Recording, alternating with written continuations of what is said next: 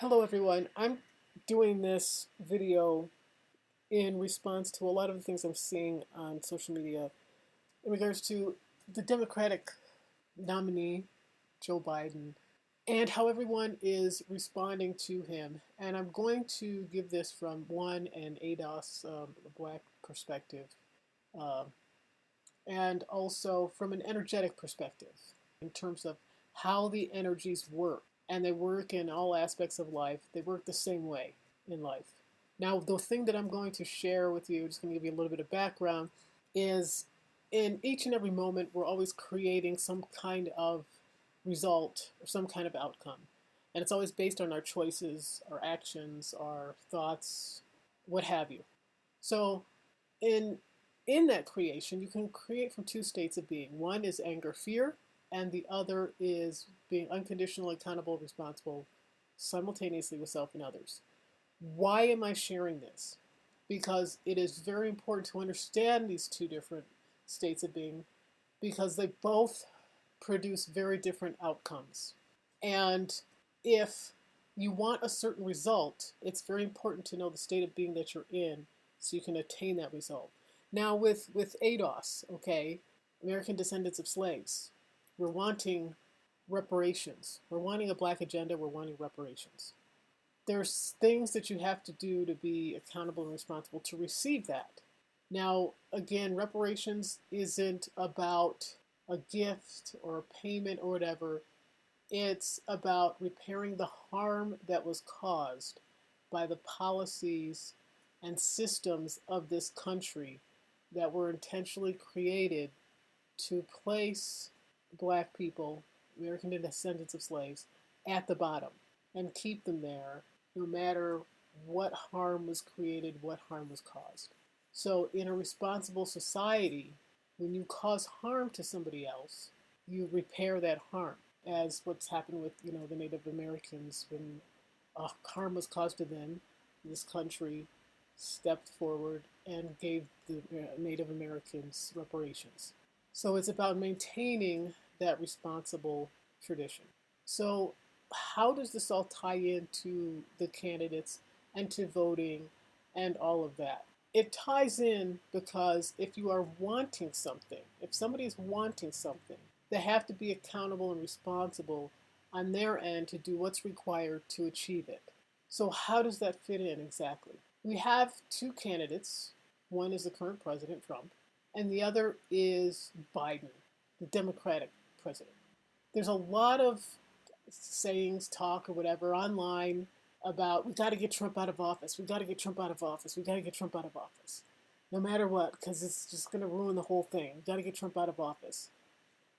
And they're expecting the vote from the black community. The Democratic Party is expecting the vote from the black community. And you know what? Rightly so, because we've given it without ever asking them or demanding anything from them. We've just given it because, well, we're black and we got to support the Democratic Party. And they've given us nothing. And it shows in how they have approached us. It shows in how they've interacted with us. It shows in how they've disrespected what we bring to the table because they don't have to care. We'll vote for them no matter what. So why should they respect us? That's part of being accountable and responsible for what you want. It's having people treat people or you show people how to treat you. And this is about showing people how to treat you. And if you constantly show them they can treat you any way and then still receive what they want, why would you expect them to give you anything ever? Why would you expect that? So there's a few things we're devaluing ourselves, we're devaluing our vote because we'll give it away no matter what. You cannot expect reparations in that mindset. Why would you? Why would they have to give you anything? They're gonna get your vote anyways. So what's going on is there's an attempt to use this fear factor of, well, the world will fall apart if Trump stays in office 4 more years. Let's look at this. When it comes to the black community, because at this point, this is what we must be concerned with. We want something, so we have to be focused on how is that going to be achieved. We have to focus on ourselves right now. So we want something. We want a black agenda. We want reparations.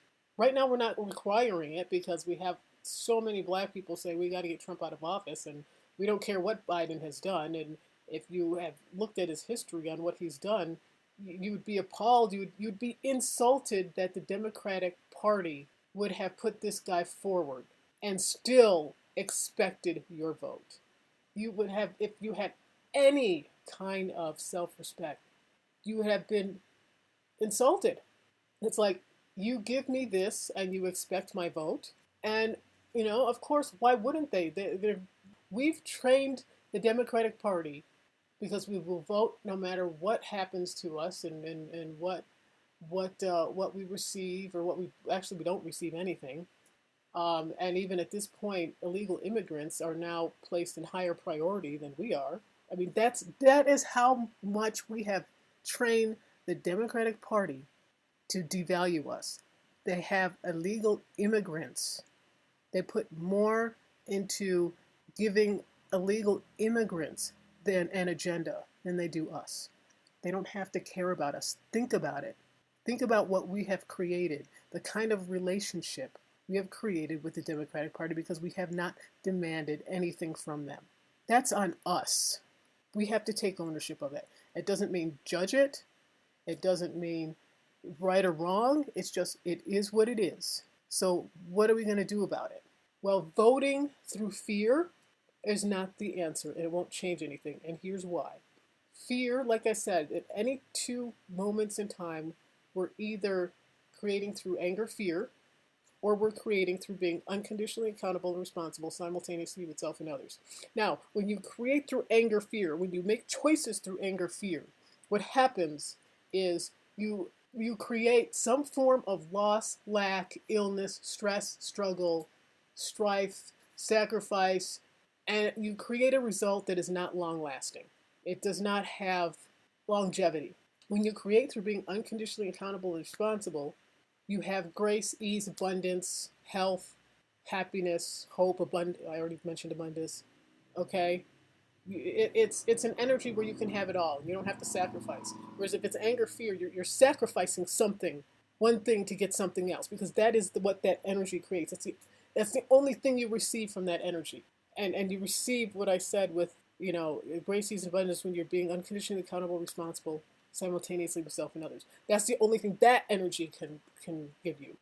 And it's just like a recipe. If you want to make angel food cake, you don't bring meatloaf and tomatoes and peppers and onions and breading. You don't bring that to the kitchen. That's not going to give you angel food cake. It's the same thing with these energies. So when we allow people to say, "Oh, we got to get Trump out of office," we are voting from fear, because getting Trump out of office is not a black agenda. And we cannot allow ourselves to be fooled into that through fear, because that is what they are using to get our vote. They're using fear, control, manipulation, and fear. That will not get us what we want, because it's from anger, fear. And I mentioned to you what the outcome eventually will be. And it's another thing too, is that we are using our energy to be against something, as opposed to being for something. So when you are against something, you're not focused. Your energy is that of anger, fear, and your energy is not focused, because it's all over the place, because you're against this thing, but you're not drawing anything to you.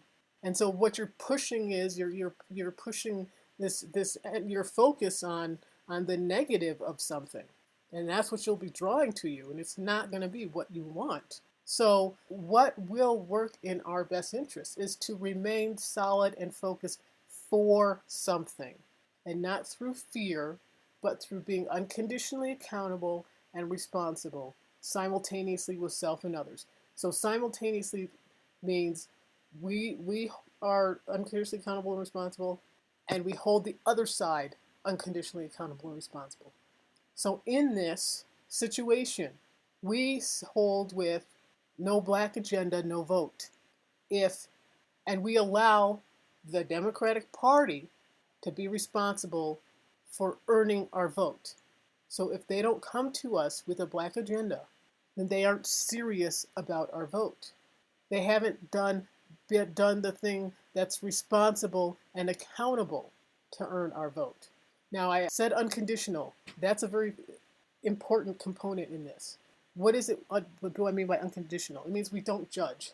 So that means if the Democratic Party does not come to us with a black agenda, we don't judge them. It's like, okay, all right, you have shared with us. Actually, you gave us a great gift because you have shared with us what you think about us. So we're going to give you a gift. We're going to share with you how you need to approach us differently if you want our vote from this moment forward. And that is the only way. That is the only way to receive what we're looking for, which is reparations.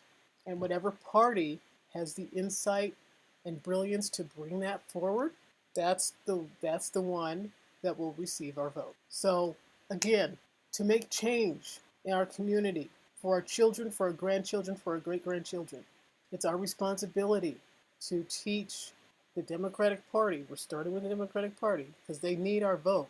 They require our vote to win. They don't have our vote, they're not going to win. Is to teach them, like every other group has. Every other group has received something from the Democratic Party because they have demanded something from the Democratic Party for their vote. We haven't. And so that's on us. So we can choose to step up and be accountable for what we're wanting, what we're asking for, or not complain when illegal immigrants are doing better than we are on the political scale. That's on us.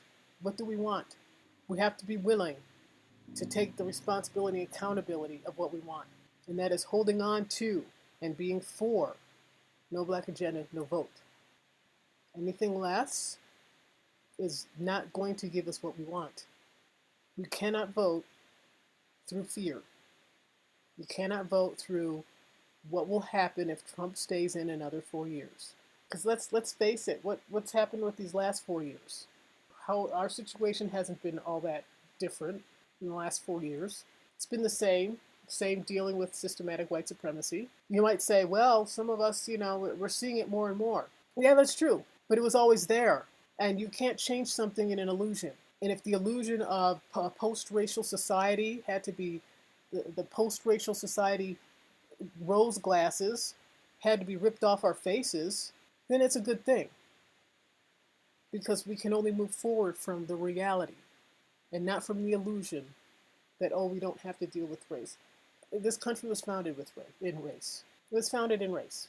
We have to deal with it. But we can deal with it, again, from being unconditionally accountable and responsible. That's the only way.